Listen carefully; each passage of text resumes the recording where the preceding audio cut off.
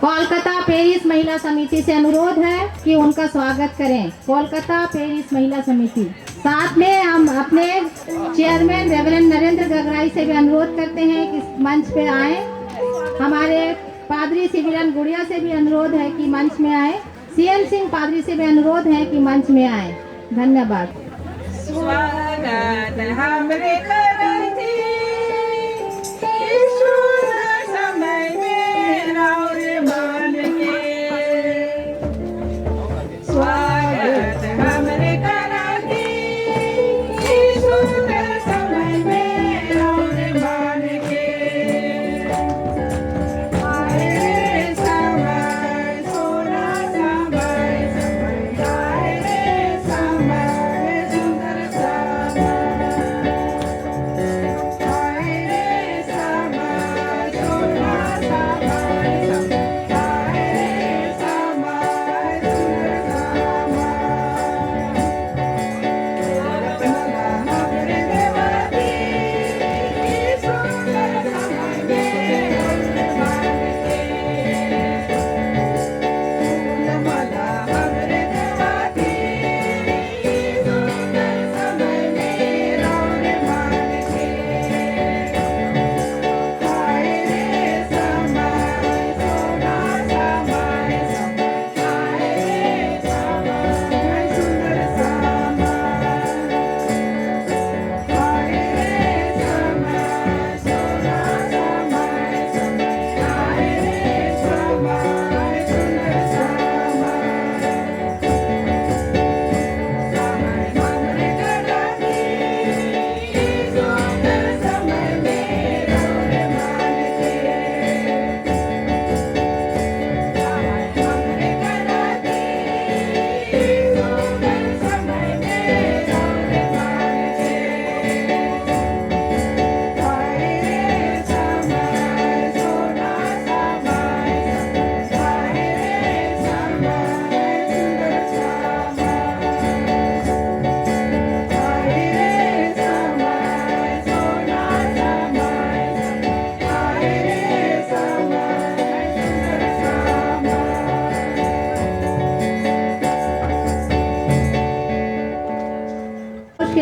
बहुत बहुत धन्यवाद देते हैं और उन्हें ढेर सारी शुभकामनाएं देते हैं इस क्रिसमस गैदरिंग के लिए। धन्यवाद।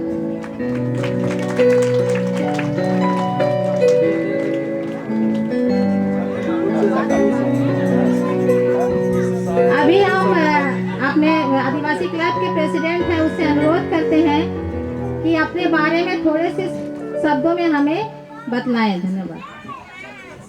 हमारे जीएल चर्च कलकत्ता डायसिस के सभी भाई बहन, माता पिता, बच्चे बच्चियां जो आज यहाँ क्रिसमस गैदरिंग मनाने के लिए सुदूर गांव में उपस्थित हुए हैं, सबों को मैं आनंद प्रकाश टोप्पो आदिवासी क्लब कलकत्ता की तरफ से हार्दिक शुभकामनाएं देता हूँ। व्यक्तिगत रूप से मैं उत्तर बंगाल यानी कि अलीपुरद्वार जिला से हूँ, चा बागान से तरफ से, और भारतीय जीवन बीमा निगम में मैं कार्यरत हूँ। और भारतीय जीवन बीमा निगम में काम करते हुए आदिवासी क्लब से मेरा परिचय हुआ 2011 में अमर टोकनों के जरिए।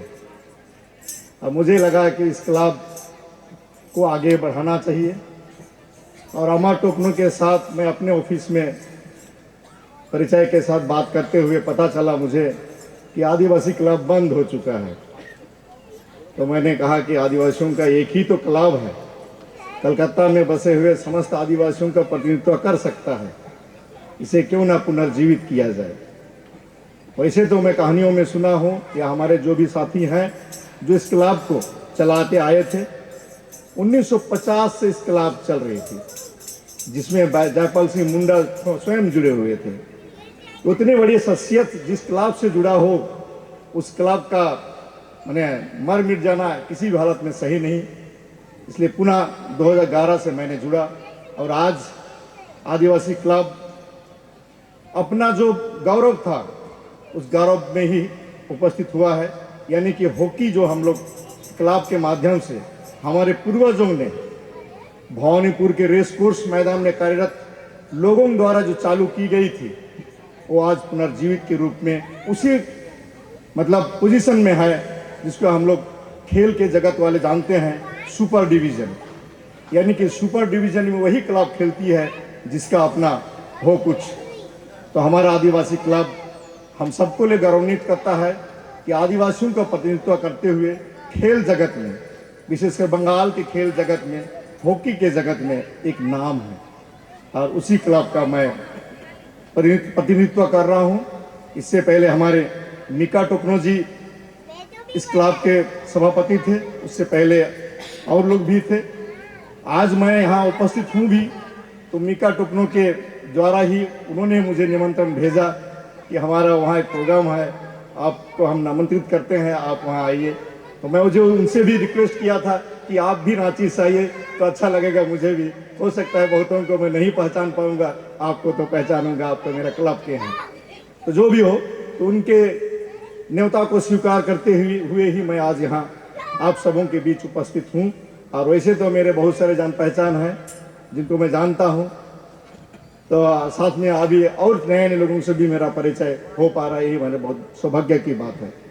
साथ ही और एक परिचय जो मैं देना चाहूँगा, बीइंग ए ट्राइबल, हम आदिवासियों के लिए जिस तरह से हम क्लब को चला रहे हैं, साथ ही साथ पूरे भारत में आदिवासियों पर क्या हो रहा है क्या नहीं हो रहा है उन पर भी हम नज़र रखते हैं, उन पर भी हम कुछ शोध या कह सकते हैं उनकी समस्याओं पर समाधान के हेतु कार्यरत भी हैं।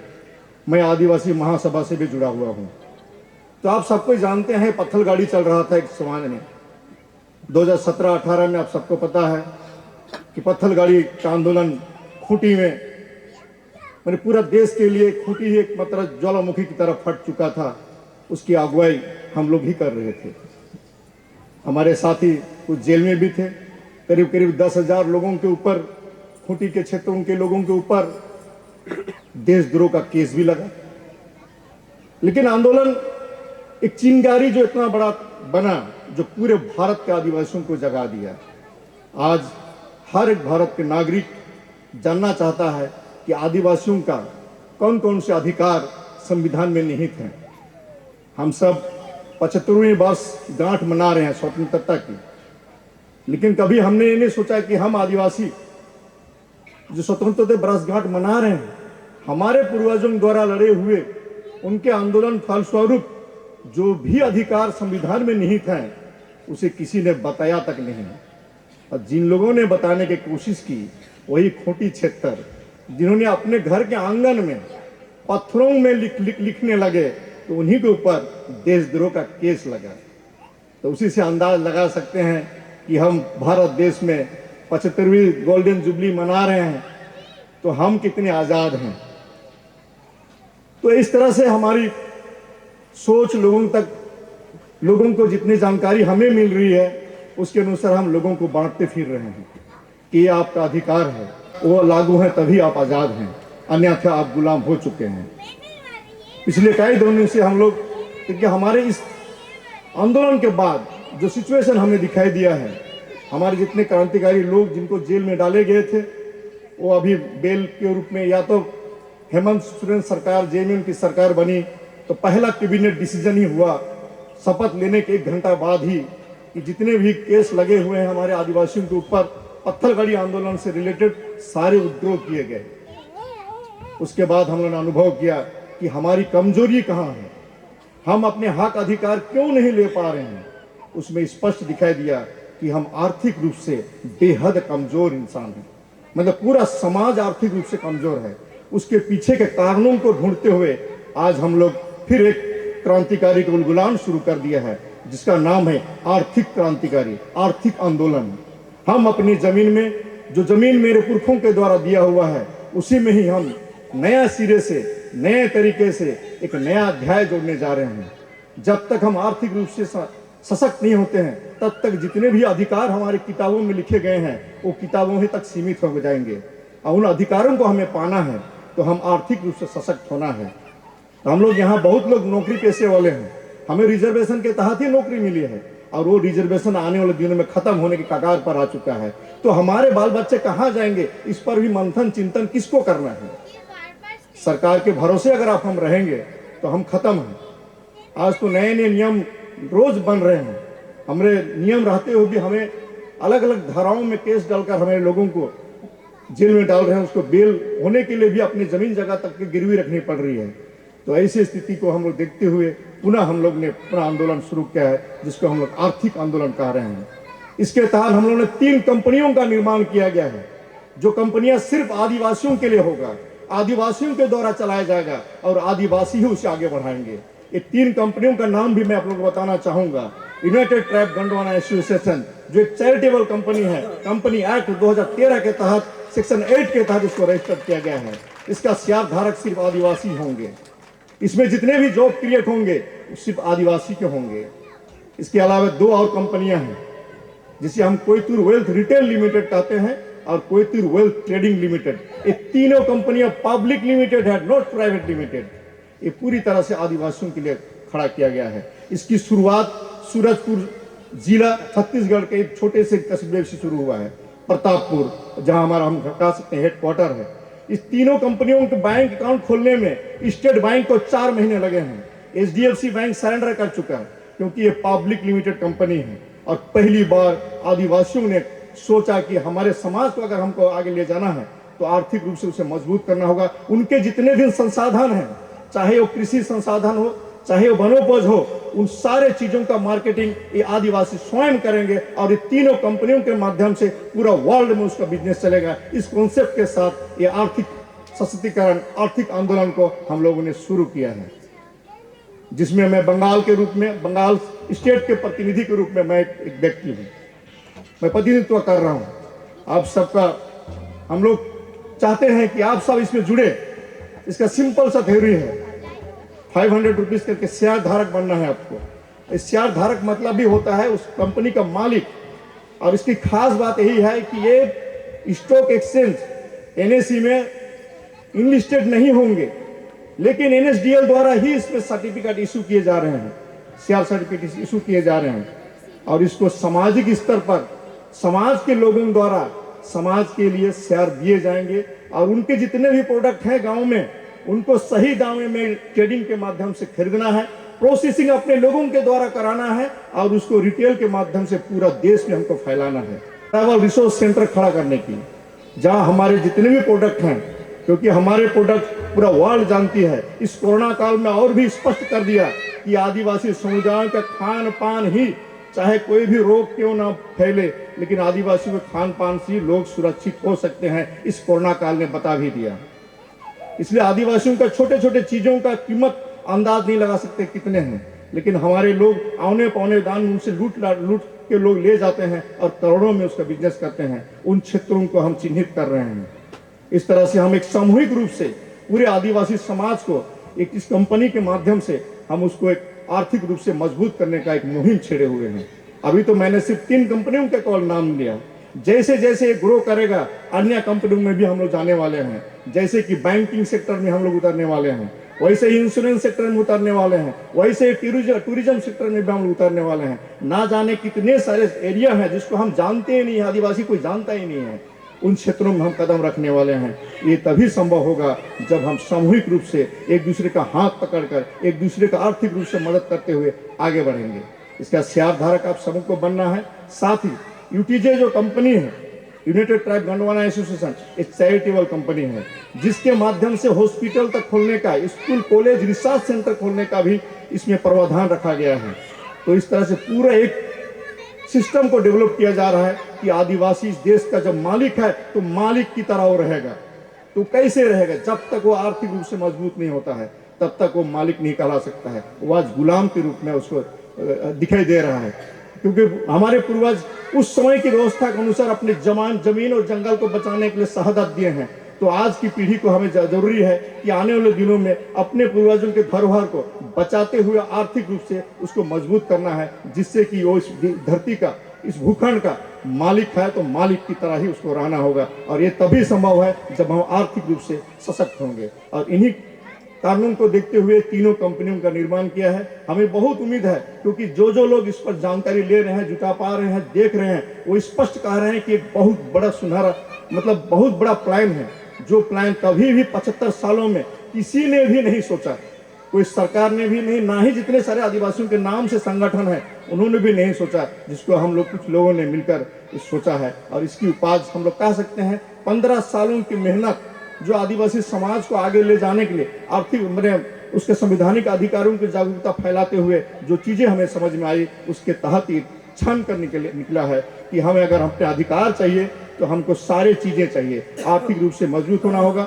हमको अपने लोगों को रोजगार क्रिएट करना, अपने लोगों को एंटरप्रेन्योर बनाना कि हम भी उद्योगपति हो सकते हैं, हम भी एक व्यवसायी बन सकते हैं। क्यों खेल खेल कर मजदूर रहेंगे क्या हम इस जमीन को जब बनाए हैं तो इसमें उपजने वाला हर चीज़ों को हम भी प्रोसेसिंग करेंगे और हम ही पूरा वर्ल्ड को बेचेंगे। इस कॉन्सेप्ट के साथ इस चीज़ की शुरुआत किया गया है। और अगला 2023 में रांची में सबसे बड़ा इसका प्रोग्राम होने वाला है। खेल गांव ऑलरेडी बुकिंग हो चुका है। 9, 10, 11, 12 फरवरी 2023 को इसमें पूरा इंडिया के करीब 10,000 लोग वहां आएंगे, जो एंटरप्रेन्योर बनना चाहते हैं या कुछ और भी चीजें जानना चाहते हैं कि किस तरह से बिजनेस किया जाता है, किस तरह से हमको उद्योग धंधा लगाया जा सकते हैं। ये सारे के सारे ट्रेनिंग एक खेल गांव जो हमारा रांची में है वहां हम लोग अनुष्ठित कर रहे हैं। तो आप सब विशेषकर युवा वर्ग को मैं अनुरोध करूंगा कि ये आपके लिए है, ये सारा प्लान आपके लिए है। हम तो हो चुके हैं नौकरी करते हुए, अपना रिटायरमेंट का लाइफ आ रहा है और रिटायरमेंट के बाद पेंशन की तरह जिंदगी जीने के लिए हम लोग सोच भी रहे हैं। लेकिन मेरा आने वाला जनरेशन जो है वो कैसे आगे बढ़ेगा, उसी के लिए तीनों जो प्लान मैंने बताया वो है। और अब खेल गांव में आप आइए, 2,000 रुपये सिर्फ रहने खाने के लिए आपको देना है। सारा सुविधा भारत सरकार क्या क्या हमारे लिए योजनाएं बनाती है, उन योजनाओं को किस तरह से हमें लेना है, उन सारे चीज़ों का निचोड़ जो है आप खेल गांव में आपको देखने को मिलेगा। इसलिए मैं आज यहाँ मुझे मौका मिला है, आप सब यहाँ के भी हैं, झारखंड के भी हैं और कहीं और के भी आपके रिश्तेदार लोग हैं, आप कह सकते हैं, बता सकते हैं कि इस खेल गांव में आप लोग भी आके एक प्रशिक्षण लीजिए। और उस प्रशिक्षण में जो जाएगा उसको जो पेपर प्रशिक्षण सर्टिफिकेट मिलेगा वो सबसे बड़ा धरोहर होगा। सबसे बड़ा धरोहर कहने का मतलब है कि कभी भी आप बैंक से भी कोई प्रोजेक्ट के लिए आप लोन लेने के जाएंगे तो मिनिमम आपको पूछेगा कि आपका बेसिक नॉलेज है कि नहीं, और वही 4 दिन का ट्रेनिंग जो प्रोग्राम का आपका सर्टिफिकेट वही आपको काम आएगा। यस, आपने बेसिक प्रोग्राम ले चुके हैं, इसलिए आप इसमें उद्योग लगा सकते हैं। आपको 25 लाख, 30 लाख, 1 करोड़ जो भी लोन का जरूरत पड़ेगा वो देगा। और उससे और पहले और एक चीज बताना चाहूंगा कि यूटीजे जो है, यूटीजे कंपनी के तहत हम लोग और एक चीज करने जा रहे हैं कि हमारे जितने भी लोग जो बिजनेस करने के लिए उतरना चाह रहे हैं, जिसे 25 लाख, 30 लाख, 50 लाख, 1 करोड़ की जरूरत पड़ेगी लोन की, उसका गारंटर बनेगा यूटीजे। जो आज तक आदिवासियों का जमीन को गारंटर के रूप में सरकार भी नहीं लेती है, इसलिए उसका जमीन अपनी जगह रहेगा, यूटीजे ही उसको गारंटर के रूप में काम आएगा।